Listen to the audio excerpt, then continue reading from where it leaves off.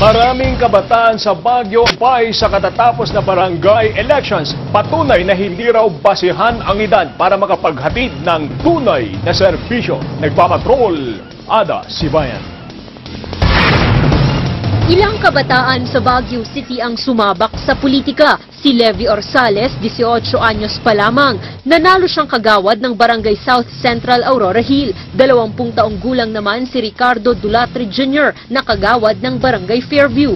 Si Van Dicang naman ng Lower Quirino Hill ang pinakabatang nanalong punong barangay sa edad na 21 anyos. Siyempre, ganyan nag-aaral, fresh. Tsaka tignan natin, susubukan natin yung galing niya naman ngayon sa akin, magbilang kapitan naman. Nagtapos sa kursong Bachelor of Science in Legal Studies sa St. Louis University. Nag-aaral siya ngayon ng abogasya sa University of the Cordilleras. Ang dream ko talaga maging lawyer.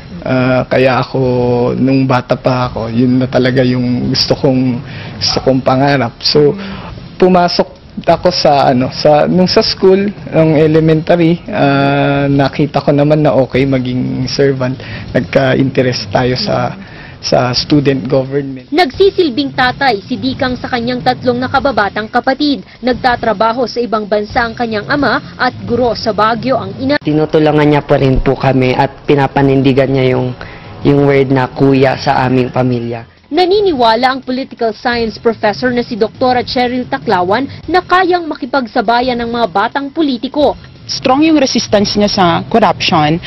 Siguro po pwedeng hindi siya mapasama sa mga tinatawag nating corrupt na ngayon sa pamahalaan. Tagumpay sa kanyang karera bilang politiko si Councilor Leandro Yangot. 20 anyos siya nang magsilbing kapitan ng kanilang barangay. Aniya, hindi raw ibinabase sa edad ang kakayahang manilbihan.